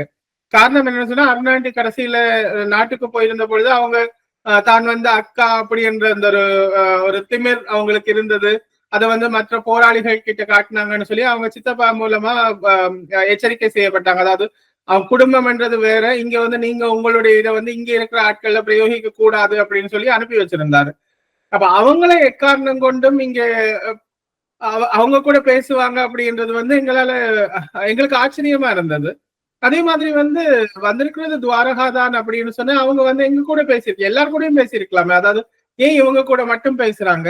வெளியில சொல்ற போது சொல்றாங்க நாங்க எல்லாரு கூடயும் பேசுறோம், எல்லாரு கூடயும் தொடர்பு இருக்குன்னு சொல்றாங்க. ஆனா எங்களோட தொடர்பு கொள்ளவே இல்லை. அவங்க தொலைபேசியில கூட எடுக்கல. அதுக்கு அவங்க சொல்ற காரணங்கள் கூட ரொம்ப சில்லியா இருக்கு. காரணம் என்னன்னு சொன்னா தொலைபேசி இலக்கம் இல்லைன்னு சொல்றாங்க. அதாவது அருணாண்டியோ அல்லது ஸ்ரீமாமா குடும்பத்திற்கோ எங்களுடைய தொலைபேசி இலக்கம் எழுதி வச்சு எடுக்க மாட்டாங்க. அவங்க கை தானாகவே போகும் எங்களுடைய தொலைபேசி இலக்கம். அந்த அளவுக்கு எங்களோட நெருக்கமா இருந்தவங்க. அவங்கள்ட்ட கேட்டிருந்தாலே தொலைபேசி இலக்கம் கிடைச்சிருக்குமே. அது தொலைபேசி இலக்கம் கிடைக்கலன்றது வந்து ஒரு பெரிய சந்தேகத்தை தானே ஏற்படுத்துது.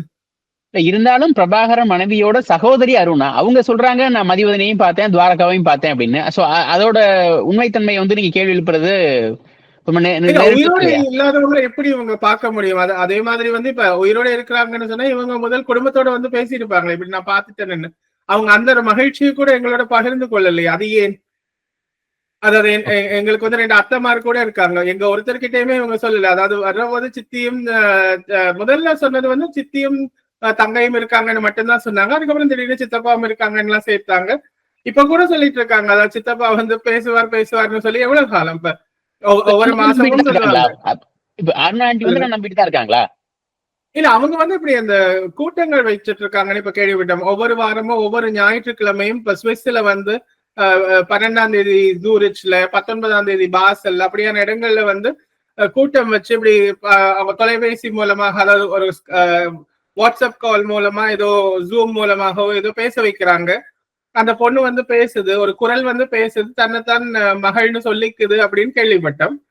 அது மக்களை வந்து நம்பி பணம் கொடுக்கறவங்களை வந்து நம்ம தடுக்க முடியாது. எவ்வளவு தூரம் நம்ம சொல்லியாச்சு, சொல்லியும் இல்ல அப்படின்னு சொல்லி பணம் கொடுக்கறவங்களை வந்து நம்ம எப்படி நிறுத்த முடியும்? அவங்க உழைக்கிறாங்க, அவங்க கொடுக்குறாங்க, அவங்க ஏமாறுறாங்கன்ற போது அதுக்கு நம்ம ஒண்ணும் பண்ண முடியாது. அதே போல வந்து சொல்லுங்க சார். ஆனா என்னோட தங்கை இல்லைன்றீங்க. அது தங்கை இல்லை. ஏன்னா எங்களுடைய தங்கை வந்து அவங்க 18ஆம் தேதி 5ஆம் மாசம் 2009 அவங்க நேசிச்ச மண்லயே அது சித்தப்பா தன்னைத்தானே தற்கொடை, அதாவது நான் சொல்ல தற்கொலை இல்ல தற்கொடை, அதாவது தன்னைத்தானே தான் நேசிச்ச மண்ணுக்காகவே அவர் கொடையா கொடுத்துட்டாரு. அதே மாதிரி அவர் இந்த குடும்பமும் அதுக்கு முன்னாடி அவங்க எல்லாம் அந்த தாங்க நேசிச்ச மண்ணுக்காகவே அவங்களுடைய உயிரும் போயிடுச்சு. அப்ப 2009ஆம் ஆண்டு இறந்தவங்க வந்து எப்படி 15 வருஷத்துக்கு அப்புறம் உயிரோட வர முடியும்? ஓகே, அப்ப சீமானவர்களுக்கு உதவுவதற்காக தான் அவங்க திரு அருணா அவர்கள் வந்து இந்த வேலைகளை செஞ்சுட்டு இருக்காங்க அப்படின்றீங்க. அதாவது என்னன்னு சொன்னா எங்களுக்கு தெரியாத விஷயம் என்னன்னு சொன்னா, அந்த வெளிநாட்டுல வந்து புலிகள் இந்த பெயர்ல நிறைய பணம் இருக்கா, எத்தனையோ பில்லியன் ட்ரில்லியன் எல்லாம் சொல்றாங்க. அது எங்களுக்கு தெரியாது எப்படி இருக்குன்னு சொல்லிட்டு. அந்த பணத்தை வந்து அவருடைய வாரிசுன்னு வந்தா இவங்க திருப்பி கொடுக்கத்தானே வேணும் அப்படின்னு சொல்லி இவங்க ஏதோ ஒரு விஷயத்துக்குள்ள இறங்கி இருக்காங்க. அது எந்த அளவுக்கு சக்சஸா இருக்கு அப்படின்றது அவங்களுக்கு தான் தெரியும். அதே மாதிரி அந்த மாதிரி பணங்களை வச்சிருக்கிறவங்க கொடுக்கிறவங்க அவங்களுக்கு தான் இது தெரியும். மக்கள் யாரும் இதை நம்பல. இளம் சமுதாயம், அதாவது அடுத்த தலைமுறையும் இதை நம்பல. சில பேர் கொடுத்து ஏமாறுறாங்கன்ற போது எவ்வளவு தூரம் விழிப்புணர்வு அவங்களுக்கு ஏற்படல என்ற போது நாங்க ஒன்றும் பண்ண முடியாது. அதுக்கு நீங்க தொடர்ச்சியா பேசிட்டு இருக்கீங்க, பிரபாகரனோட அண்ணன் மகனான நீங்க. ஆனா அப்படியும் அதையும் தாண்டி சீமானுக்கான திறநிதி கொடுக்குறாங்களா, கொடுத்துட்டு இருக்காங்களா? அப்படி கொடுக்குறவங்களுக்கு என்னதான் சொல்ல விரும்புறீங்க? கொடுக்கறவங்களுக்கு வந்து அவங்க சொல்றாங்க என்னன்னு சொன்னா, இவருடைய வீடியோஸ் பாக்குறது இல்லைன்னு சொல்றாங்க. காளிமுத்து அவர்களுடைய மகளை இவர் திருமணம் முடிச்சிருக்காருன்னு சொல்லி அவங்களுக்கு தெரியும். ஆனா அந்த காளிமுத்து அவர்கள் வந்து சித்தப்பாக்கு எதிராக செய்த விஷயங்கள் ஒன்றும் தெரியாதுன்னு சொல்றாங்க. அந்த மாதிரி இப்ப இந்திய அரசியலை பத்தி இங்க நிறைய பேருக்கு தெரியறது இல்லை. இவங்க தெரியாமலே இவர் நாடு வாங்கி இவர் சொல்ற எல்லா பொய்யையும் அவங்க நம்பிட்டு இருக்காங்க. இவர் வந்து சித்தப்பாவுடைய படத்தை வச்சுட்டு கூட்டம் நடத்துறதும் கொடியை பயன்படுத்துறதையும் பார்த்துட்டு இவர் வந்து உண்மையிலேயே ஒரு விசுவாசி அப்படின்னு அவங்க நினைக்கிறாங்க. ஆனா அந்த படத்தை வச்சுட்டு இவர் எவ்வளவு அத வியாபார பொருளா பயன்படுத்துறாரு அப்படின்றத வந்து அவங்க சிந்திக்க மறந்துட்டாங்க. அந்த சில விஷயங்களை அவங்க ஆழமா சிந்திச்சு பார்த்தாங்கன்னா ஒரு சின்ன குழந்தையால கூட புரிஞ்சுக்க முடியும் இவர் எவ்வளவு தூரம் பொய் சொல்றாரு அப்படின்னு சொல்லிட்டு. இப்ப கிட்டடியில ஏகலேவன் ஐயா அப்படின்ற ஒரு மூத்த பத்திரிகையாளர் கூட சீமானுடைய இந்த மோசடியோடு சேர்ந்து அவரும் சில பேரை நேர்காணல் செய்திருந்தாரு பார்த்து. அதுல சொல்றாங்க என்னன்னு சொன்னா, ஒரு வருஷமாக திரு பொட்டம்மான் அவர்கள் இவரை வந்து கண்காணிக்கிறதுக்கு ஒரு புலனாய்வு செய்ய அனுப்பியிருந்தாராம். அவர் ஒரு வருஷம் இருந்து கண்காணிச்சதுக்கு அப்புறம் தான் சீமான் வந்து நாட்டிற்கு கூப்பிடப்பட்டாராம் அப்படின்றது. அது எவ்வளவு ஒரு கேவலமான விஷயம். அதாவது பொட்டம்மானுடைய புலனாய்வு எப்படி ஆனதுன்றது வந்து இந்த உலகத்திற்கே தெரியும். அப்படி இருக்கிற போது அவருடைய புலனாய்வே தப்பு அப்படின்னு சொல்லி பிரச்சாரம் செய்யறதுக்கு இப்படி ஒரு கூட்டம் ஒரு மேசையில் அமர்ந்து இதை செய்யற போது அவங்களுக்கு தெரியாதா அவங்க யாரை கேவலப்படுத்துறாங்க? மறைமுகமாக பொட்டம்மானவர்களை எல்லாம் இவங்க கேவலப்படுத்தி இருக்காங்க. அதே மாதிரி சித்தப்பா வந்து இவருக்கு 6 விதமான ஒரு ஆள் கொடுத்தாராம், ஆமக்கறி கொடுத்தாராம், என்னென்னவோ எல்லாம் இவர் சொல்றாரு. அப்ப அவர் என்ன சமையல்காரராகவா அங்க இருந்தார் அல்ல தேசிய தலைவராகவா இருந்தார்? அப்ப யாரை இவங்க கேவலப்படுத்துறாங்க? சீமான உயர்த்தி சொல்லணும் அப்படின்றதுக்காக தேசிய தலைவரையும் பொட்டம்மானவர்களையும் இவங்க எவ்வளவு தூரம் கொச்சப்படுத்திலுமோ அவ்வளவு தூரம் கொச்சப்படுத்தி வச்சிருக்காங்க. ஏன் இவங்க இந்த மேசையில உட்கார்ந்து பேசினவங்க எல்லாரும் சீமான் பொட்டம்மான் ஒரு கெட்ட வார்த்தை சொல்லி பேசினாரு இல்லையா, அப்ப எங்க போயிருந்தாங்க? அல்லது இந்த போலியான மோசடி நடிகை வந்தாங்க இல்லையா, அந்த நேரம் எங்க போயிருந்தாங்க? அந்த நேரம் அவங்களுக்கு ஒரு கவலை கூட வரலையே. எங்களுடைய தலைவரை பத்தி, எங்களுடைய இயக்கத்தை பத்தி, எங்களுடைய பொட்டம்மானவர்களை பத்தி இவங்க பேசுறாரு அப்படின்னு சொல்லி ஒரு அப்போ வராதவங்களுக்கு இப்பயும் பதறி அடிச்சு கொண்டு வந்து ஓடி வந்து உட்கார்ந்து எல்லாரும் பேட்டிக்கு மேல பேட்டி கொடுக்குறாங்க. யாரை காப்பாத்த நினைக்கிறாங்க இவங்க அப்படின்னு சொன்னா புரியுது இவங்க யாருடைய ஆட்கள்.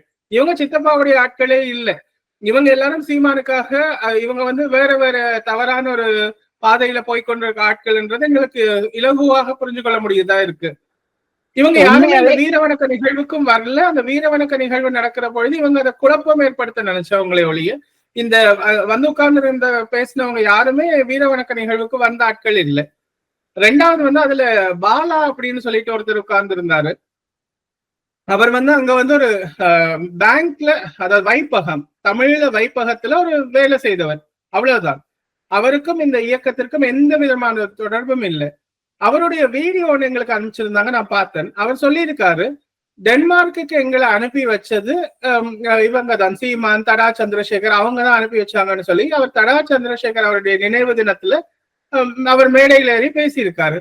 அதான் நாங்க இங்க UNHCR மூலமா வந்த நான்களை ஒழிய எங்களை யாரும் இங்க அனுப்பி வைக்கல. அப்ப அதுல அவரை வந்து இங்க வந்து ஒரு அவர் நக்கல் அடிச்சு சொல்லுவாங்க வந்து வெடி பாலான்னு சொல்லுவாங்க. ஏன்னா அவர் எப்பவுமே பொய் தான் சொல்லுவாராம். அப்ப இதன் மூலமாகவே நான் புரிஞ்சு கொண்டுட்டு அவர் எப்படி ஆனார், ஏன்னா எங்களுக்கு இங்க எப்படி வந்தோம்னு தெரியும். அதே போல ஒரு டென்மார்க் கவர்மெண்ட் வந்து தடா சந்திரசேகர் அவர் கையெழுத்து வச்சு டென்மார்க்கு இவங்களை எடுத்துக்கோங்கன்னா அக்செப்ட் பண்ணுமா? இது வந்து யாருக்கும் தெரிய வேண்டாம் அப்படி எல்லாம் நடக்கக்கூடிய விஷயம் இல்லைன்னு. அப்ப அவர் எவ்வளவு புழுகுவார்ன்றது இதுல இருந்தே புரிஞ்சுக்கிட்டேன் நான். அந்த மேசையில இருந்தவங்க எல்லாருமே தங்களோட ஒருத்தருக்கு ஒருத்தர் சலைச்சவங்க இல்லைன்ற மாதிரி புழுகிட்டு அவங்க போயிட்டாங்க. ஓகே, எல்டிடின்ற ஒரு அமைப்பு வந்து இன்னும் வந்து உயிர்ப்போட இருக்கா இல்லையா? அதாவது நீங்க சொல்றீங்க சித்தப்பா இறந்துட்டாங்க, சித்தி இறந்துட்டாங்க, குழந்தைங்க எல்லாமே இறந்துட்டாங்கன்றீங்க, அது புரியுது எனக்கு. அதை தாண்டி அமைப்பு வந்து செயல்பட்டு இருக்கா இல்லையா? ஏன்னா அறிக்கைகள் வந்து வெவ்வேறு அறிக்கைகள் வருது, இதுல எந்த அறிக்கை உண்மை எந்த அறிக்கை பொய் அப்படின்னு புரிஞ்சுக்க முடியல. சில அறிக்கை வந்து சீமானுக்கு ஆதரவாகவும் வருது. சோ அதனால கேட்கிறேன். அதாவது உயிர்ப்போடு இருக்கான, அதாவது அவரோட இருந்த ஆட்கள் வந்து அவருக்கு ஒரு அசிங்கம் வர்ற போது அதை பொறுத்துக்க மாட்டாங்க. அப்ப அவங்க வந்து 2009 எல்லாம் மௌனிச்சதுக்கு அப்புறம் அவங்கவுங்களுடைய வேலையை பார்த்துட்டு அமைதியா இருக்காங்க, ஒதுங்கி போயிட்டாங்க எல்லாருமே. ஆனா தலைவருக்கு அப்படின்னு சொல்லி அவருக்கு ஒரு இழுக்கு வருதுன்ற பொழுது அதை பார்த்துக்கொள்ள இருக்க முடியாமத்தான் அவங்க அதற்கான அறிக்கைகளை அவங்க செய்த புலனாய்வுகள் மூலமா உண்மையா நடந்த விவரங்களை வந்து அவங்க எழுதி அறிக்கைகள் மூலமா அனுப்பிட்டு இருக்காங்க. வெளிநாடுகள்ல இருக்கிற கட்டமைப்பு வந்து இன்னும் அதை இயங்கி கொண்டுதான் இருக்கு. ஆனா அவங்க என்ன நோக்கத்துக்காக இயங்குறாங்கன்னு தெரியாம, அதாவது வெளிநாட்டுல உள்ள இவங்களுடைய கட்டமைப்பு எப்படி வேலை செய்யுதுன்னு சொன்னா இது ஒரு பிராண்ட். நான் நிறைய பதிவுகள்ல செய்திருக்கிறேன். சித்தப்பாவை ஒரு பிராண்டா வச்சுட்டு பணம் சேகரிக்கிறதுலதான் அவங்க மும்முரமா இருக்கிறாங்க. அப்படியானவங்க தான் சீமான் போன்ற ஆட்களுக்காக பரிந்து கொண்டு வந்து அவருக்கு பக்க சார்பான விஷயங்களை செய்துட்டு வர்றாங்க. ஏன் இதுவரை, அதாவது அவர் சித்தப்பாக்கு குடும்பமே மரணிச்சது 2009. ஆனா 2024 கூட அவங்க மாவீரர் நாள்ல வந்து இவருக்கான அஞ்சலி செலுத்தல. அதாவது ஏன் அப்படி செய்யல? அதாவது அவரால் துவங்கப்பட்ட இயக்கம்னு சொல்றாங்க, அவரால் துவங்கப்பட்ட மாவீரர் நாள்னு சொல்றாங்க. அந்த மாவீரர் நாள்ல சித்தப்பாவுக்கு கூட வணக்கம் செலுத்தாத அளவுக்கு அவங்க செயல்படுறாங்கன்ற போது இவங்களுடைய நம்பகத்தன்மையை மக்கள் புரிஞ்சுக்கணும் அப்படின்றத நான் இந்த இடத்துல பதிவு செய்ய விரும்புறேன். சீமான் வந்து டென்மார்க் வந்தப்போ நீங்க சந்திக்க மறுத்ததா சொன்னீங்க. அதே போல வந்து உங்கள்ட்ட போன்ல பேச முயற்சி செஞ்சதும் அதுக்கும் மறுத்ததா சொன்னீங்க. என்ன காரணம் சார்? அப்போ இல்ல அந்த நேரத்துல தான் இவர் அந்த முன்னுக்கு மேடைகள் எல்லாம் சொல்லிட்டாரு. அதாவது சிங்கள பெண்களை கற்பழிப்போம் அப்படி இப்படின்னு சொல்லிட்டு அதாவது எங்களுடைய அமைப்பையே வந்து கொச்சப்படுத்துற மாதிரி பேசிட்டு திரியிற போது அதே மாதிரி இவர் வந்து சொல்ற தன்னைத்தான் பொறுப்பு கொடுத்தது அப்படின்ற பொய்யான பிரச்சாரங்களை செய்துதான் இவர் கட்சியை துவங்கினாரு. அப்படி என்ற பொழுது வந்து இப்ப நாங்களும் சந்திச்சு அவரோட இணையிற போது எல்லாமே உண்மையா அது மாதிரிதான் நடந்திருக்கும் போது மக்களுக்கு ஒரு பார்வை வரும் அப்படின்றதால நாங்க அவரை சந்திக்க விரும்பல. அதோட பொய் சொல்றவங்களை வந்து எப்பவுமே கூட வச்சிருக்கிறது நம்மளுக்கு தான் ஆபத்தை கொண்டு வந்து விடும். அவங்க கடைசியில எங்களை பத்தி இதே மாதிரிதான் பொய் பதிவு செய்துட்டு போவாங்க. இல்ல எதை பொய்ன்றீங்க? கடல் தளபதி சூசை வந்து இந்த ஒட்டுமொத்த போராட்டத்தையும் பிரபாகரன் சீமான்ட்ட தான் எடுத்து கொடுக்க சொன்னாரு அப்படின்னு சொன்னதை பொய்ன்றீங்களா? அப்படி ஒரு ஆடியோ வந்து பரப்பிட்டு இருக்காங்க. சூசை வந்து யார் வந்து உண்மையிலேயே தேசிய தலைவர், அதாவது தேசிய தலைவர் என்றது வந்து எங்களுக்கு ஒரே ஒருத்தர் தான், தமிழீழ தேசிய தலைவர். அவர் வந்து 2008ஆம் ஆண்டு மாவீரர் நாள் உரையிலேயே சொல்லிட்டாரு, இப்ப இனிமேல் இது அடுத்த கட்டத்துக்கு வந்து படித்த இளைஞர்கள், புலம்பெயர் வாழ் தமிழர்கள், படித்த இளைஞர்கள் இதைத்தான் கொண்டு போகணும். இளைஞர் அவங்க இளைய சமுதாயத்திட்ட தான் வந்து கோரிக்கை வச்சிருந்தாரு அந்த நேரத்துல. அப்படி இருக்கிற போது தனி மனித ஒழுக்கம் இல்லாத ஒரு சீமான் அப்படி என்றவர்கிட்ட எப்படி அவர் வந்து இதை தூக்கி கொடுக்க முடியும்? அதே போல எத்தனையோ பேர், எத்தனையோ திறமைசாலிகள் அங்க இருக்கிற பொழுது இந்தியாவில இருக்கிறதும் பிரச்சாரத்துக்கு பயன்படுத்தி கொள்ளலாமா அப்படின்னு சொல்லி இவரை கூப்பிட்டு ஒரு தடவை பார்த்தாங்க, அவ்வளவுதான். அப்படிப்பட்டவர்கிட்ட எப்படி முழு பொறுப்பையும் கொடுத்து போக முடியும்? அது அபிஷியலா எங்கேயுமே நடக்கிறதுக்கான வாய்ப்பு இல்லை. அது ஆரம்பத்துல இருந்து பல பேர் எதிர்த்துட்டு தான் வர்றாங்க. இப்ப எல்லாரும் உதவி செய்யறாங்கன்னு இல்லை, சில ஏமாந்தவர்கள் உதவி செய்கிறார்களே ஒழிய எல்லாருமே உதவி செய்யறாங்கன்னு சொல்ல முடியாது. அதே போல அடுத்த இருக்கிற இளைய சமுதாயம் வந்து இவருக்கு ஆதரவு கொடுக்கறதுக்கான வாய்ப்பும் இல்லை. இங்க சீமானுக்கும் நாம் தமிழர் தம்பிகளுக்கும் நீங்க என்ன சொல்ல விரும்புறீங்க? அவங்க இந்தியாவில அவங்களுடைய அரசியலை செய்யற பொழுது அவங்க ஒரு ஜெனுவினா, அதாவது அவங்க தங்களுடைய அரசியலை தாங்கள் என்னென்ன கோட்பாடு வச்சிருக்கிறாங்களோ அதன்படி போகணும். அதை விட்டுட்டு எல்லாம் சித்தப்பா சொன்னாரு, தேசிய தலைவர் சொன்னாருன்னு தங்களுடைய கருத்துக்களை எங்களுடைய சித்தப்பா சொன்னதா இனிமேல் சொல்றதை தவிர்த்துட்டு வரணும். அதே மாதிரி பொய் சொல்லாம உண்மைகளை சொல்லி அவங்க கட்சி நடத்தலாமே.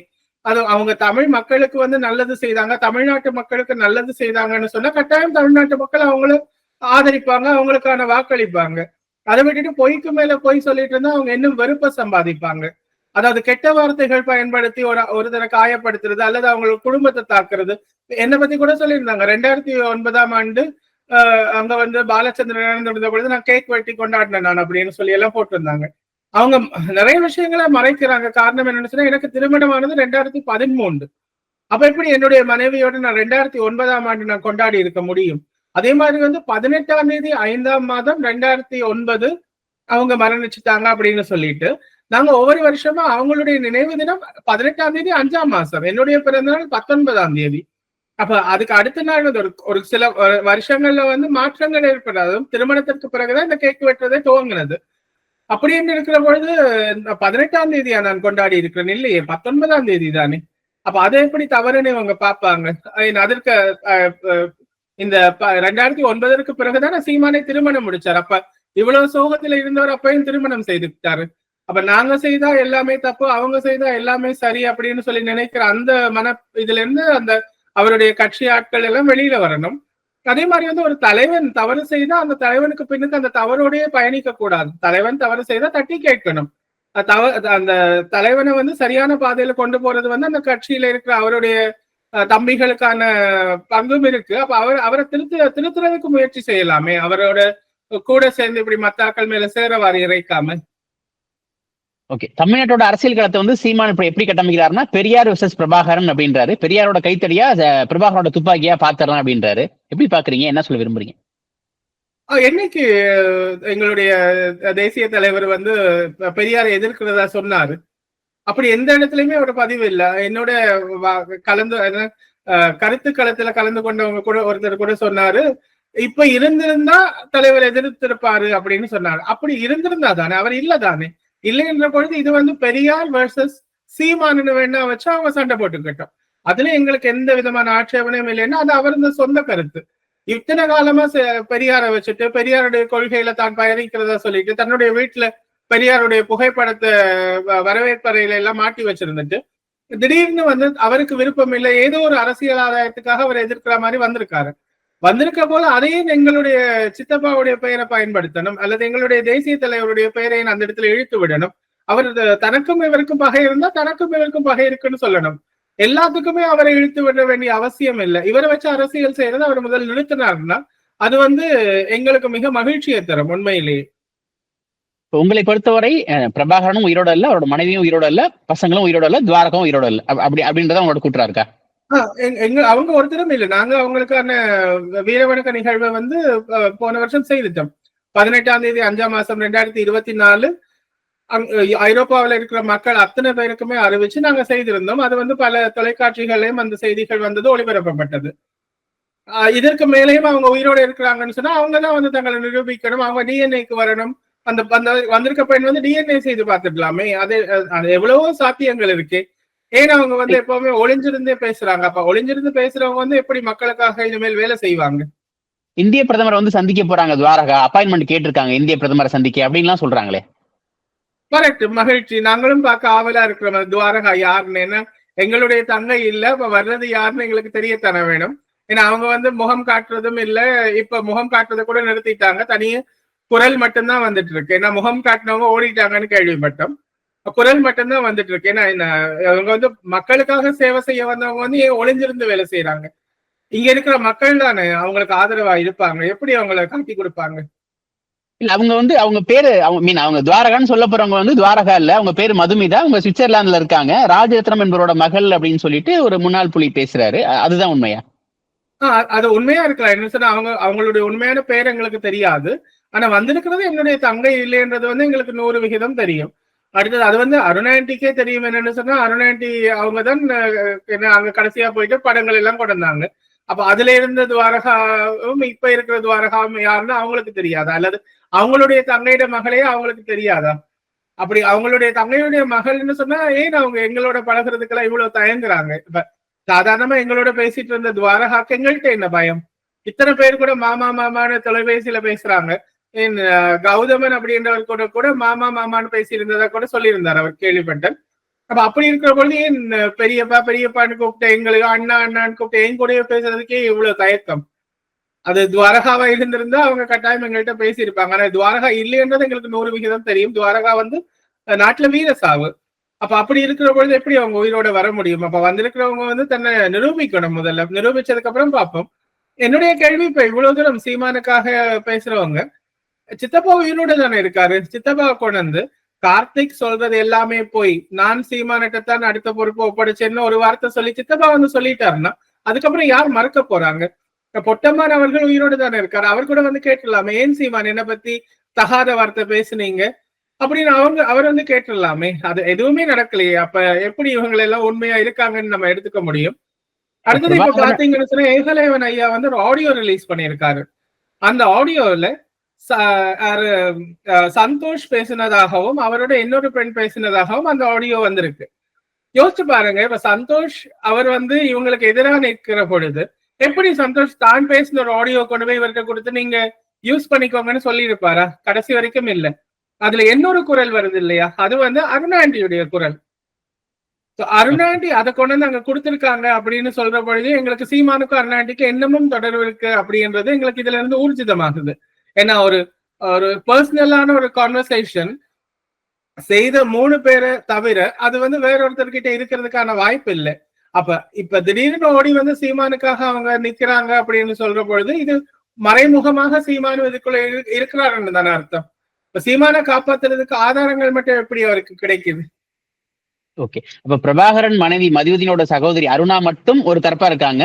பிரபாகரனோட அண்ணனான மனோகரன் குடும்பம் நீங்க, பிரபாகரனோட 2 சகோதரிகள் அதாவது உங்களோட அத்தைகள், நீங்க எல்லாருமே ஒரு தரப்பா இருக்கீங்க.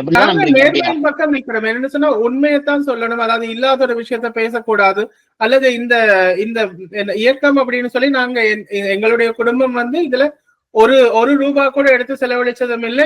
எந்த ஒரு இடத்துக்கும் போய் நாங்க பங்களிப்பு கேட்டதும் இல்லை யார்கிட்ட. ஆரம்பத்துல இருந்து எங்களுக்கு உழைக்க சொல்லி கொடுத்திருக்காங்க. நாங்க உழைச்சுதான் வாழ்ந்துட்டு இருக்கிறோம் ஆரம்ப காலத்துல இருந்து.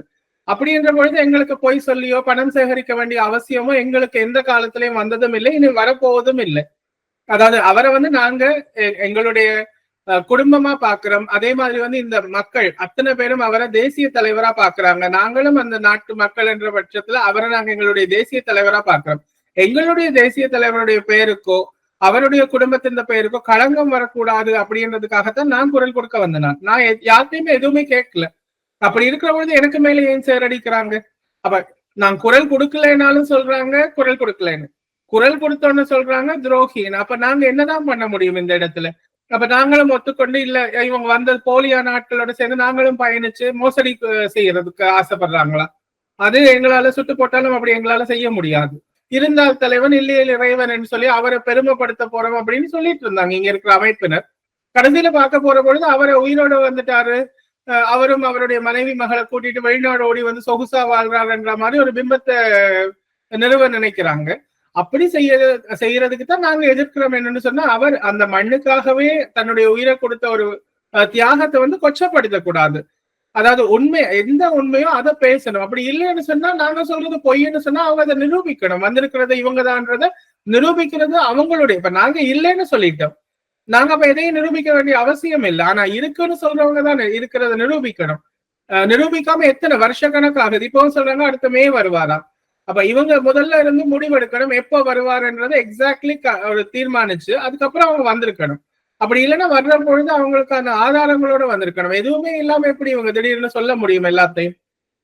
இப்பவும் கூட தமிழ்நாட்டை சேர்ந்த முக்கியமான தலைவர்கள் பிரபாகரனோடு நெருங்கி பழகியவர்கள் திரு நெடுமாறன் ஆகட்டும், திரு காசி ஆனந்தன் ஆகட்டும், திரு கே ராதாகிருஷ்ணன் ஆகட்டும், சிவாஜிலிங்கம் ஆகட்டும், இலங்கையை சேர்ந்த சிவாஜிலிங்கம் ஆகட்டும், எல்லாருமே சொல்றாங்க பிரபாகரன் இருக்கார், தக்க சமயத்துல வெளிப்படுவார் அப்படின்றாங்க.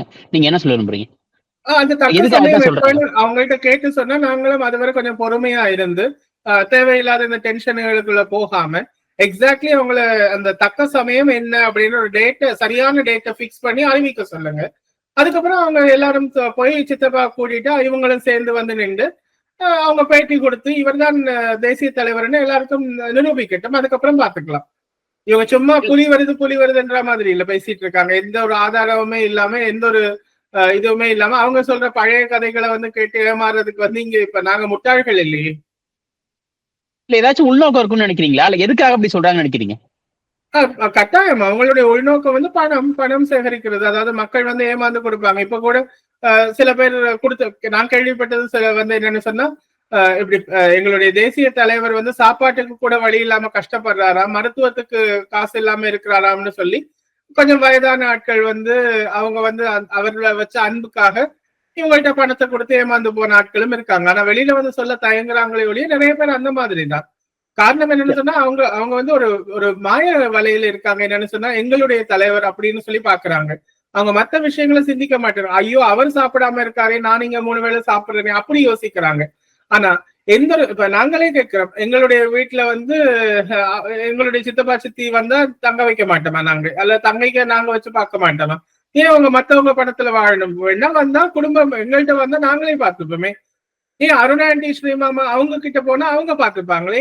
குடும்பம் இருக்கிற பொழுதே அவங்க வந்து இப்படி மத்தவங்க கிட்ட பணம் வாங்கி வாழணும் முதல். இல்ல பிரபாகரன் உயிரோட இருக்காருன்னு சொல்லி பணம் பறிக்கிறதா ஒரு கும்பல் இருக்குன்னு சொல்றீங்க, அதை புரிஞ்சுக்கிறேன். ஆனா திரு நெடுமாறனோ திரு கே ராதாகிருஷ்ணன் போன்றவங்க இதை வச்சு ஆதாயம் அடைஞ்சதா தெரியல. அப்படி இருக்கப்ப அவங்களும் சொல்றாங்களே, அதோட நோக்கம் என்னன்னு கேட்கறேன். இல்ல அவங்க அதுதான் தெரியல. என்னத்துக்காக அவங்க அப்படி சொல்றாங்கன்னு தெரியல. அவங்களுக்கு பின்னால இருந்து அவங்களை யாரு இயக்குறாங்கன்னு தெரியல. இப்ப நான் பாக்குறது எப்படின்னு சொன்னா இத்தனை வருஷ காலம், அதாவது அவர் இல்லாம போனதுக்கு அப்புறம் கூட அவரை தமிழ் தேசிய தலைவர்னு அவரை நேசிச்ச மக்கள் மனசுல அவருக்கான இடம், அந்த இடத்தை வந்து நிரப்புறதுக்கு யாருமே இல்லை. இன்னும் அந்த இடத்தை வந்து ரீப்ளேஸ் பண்றதுக்கு யாருமே வரல. அப்ப அந்த இடத்தை நிரப்புறதுக்கு யாருமே இல்லை அப்படின்றதால இவங்க என்ன நினைக்கிறாங்கன்னு சொன்னா அவரை எங்கள் மக்கள் மனசுல இருந்து அழிக்கணும். அதாவது அவரை வந்து ஒரு பயங்கரவாதியா மாத்தணும் அல்லது ஒரு சுயநலவாதியா மாத்தணும்ன்றதுக்காக இவங்க இப்படியான முயற்சி எடுத்திருக்காங்க அப்படின்னு நான் நினைக்கிறேன். காரணம் என்னன்னு சொன்னா அவ்வளவு மக்களை பறி கொடுத்துட்டு அத்தனை உயிர்களை பறி கொடுத்துட்டு தானும் தன்னுடைய மனைவி மகளும் மட்டும் வெளிநாடு தப்பி வந்து சுகபோகமாக நான் வாழ்க்கையை வாழ்ந்து ஒரு வயது போன காலத்துல அவர் இறந்துட்டார் அப்படின்ற ஒரு அவப்பெயரை அவருக்கு ஏற்படுத்தணும் அப்படின்றத இவங்களுடைய நோக்கம். அதுக்கான ஒரு நாடகம் தான் இது அப்படின்னு சொல்லி நாங்க பார்க்கிறோம்.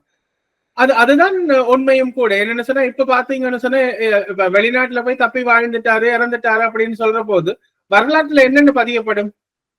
அப்ப அவரை பத்தி ஒரு அசிங்கமா தானே பதியப்படும். அடுத்தது பாருங்க, இப்ப கூட சீமான் சொல்லியிருக்காரு, நீ என்மேல் வெங்காயத்தை வீசு, நான் என்னுடைய தலைவன் அந்த வெடிகுண்டை வீசுகிறேன்னா அவர் ஒரு பயங்கரவாதின்னு தானே அவர் சொல்றாரு. அதுக்கப்புறம் போர் உச்சகட்டத்துல இருந்த பொழுது அவ்வளவு பேரும் உயிருக்கு போராடி கொண்டிருந்த நேரத்துல இவருக்கு ஆமக்கறி, முதலக்கறி அந்த மாதிரியான புது புது டிஷ் எல்லாம் செய்து கொடுத்து கொண்டிருந்தாரு. போர்லயே அவர் நாட்டம் இல்லாம வேட்டைக்கு போய் சீமானுக்கு பிடிச்ச மிருகங்களை எல்லாம் வேட்டையாடி கொண்டிருந்தாரு. அல்லது சீமான பராமரிச்சு சீமானோட ஓடி சீமான ஆம ஓட்டுல கொண்டு தெரிஞ்சாரு. இப்படி சீமானையே வச்சு செய்யறதுக்கு என்ன காரணம்? அந்த அளவுக்கு என்ன ஸ்பெஷல் சீமான் எங்களுடைய நாட்டுக்கு? அப்ப அப்படி சொல்ற போது எல்லாரும் என்ன யோசிப்பாங்க, சண்டைக்கு போகாம இவர் சீமானை பார்த்ததாலதான் இவங்க எல்லாம் தோத்து போயிட்டாங்களோன்னு பிற்கால வரலாறு சொல்லும். அப்படியான சில விஷயங்களை கொண்டு வர்றதுக்கு தான் இவங்க எல்லாரும் சேர்ந்து முயற்சி எடுத்துட்டு இருக்காங்கன்னு தான் நான் பாக்குறேன் என்னுடைய பார்வையில. சீமானோட ஒவ்வொரு பேச்சுக்களும் பிரபாகர்ல கொச்சைப்படுத்தும் விதமா தான் இருக்கு அப்படின்னு நினைக்கிறீங்க? அவர் படத்தை வச்சிருக்காரு. எல்லாரும் சொல்றாங்க என்ன இத்தனை வருஷ காலத்திலயும் அவருடைய படத்தை, அவருடைய கொள்கையை இவர் தான் கொண்டு போய் சேர்த்துட்டாங்க. கொள்கையில என்ன கொள்கையை கொண்டு போய் சேர்த்தாரு? இட்லிக்குள்ள கறி வச்சு சமைக்க முடியும் அப்படின்றத கொண்டு போய் சேர்த்திருக்காரு. அவர் எல்லா விதமான கறியும் ஒன்னா போட்டு குழைச்சு சாப்பிடுவார் அப்படின்னு சொல்றாரு. அவர் என்ன சாப்பிடுவார் சாப்பிட மாட்டாரு அப்படின்றதான் இவர் சொல்றாரே ஒழிய அவருடைய கொள்கை, அவருடைய கண்ணியம், அவருடைய எப்படி அந்த கட்டுக்கோப்பா அந்த இயக்கத்தை வச்சிருந்தாரு என்னென்ன அந்த இந்த விஷயத்தையுமே அவர் பயன்படுத்துறது இல்லையே.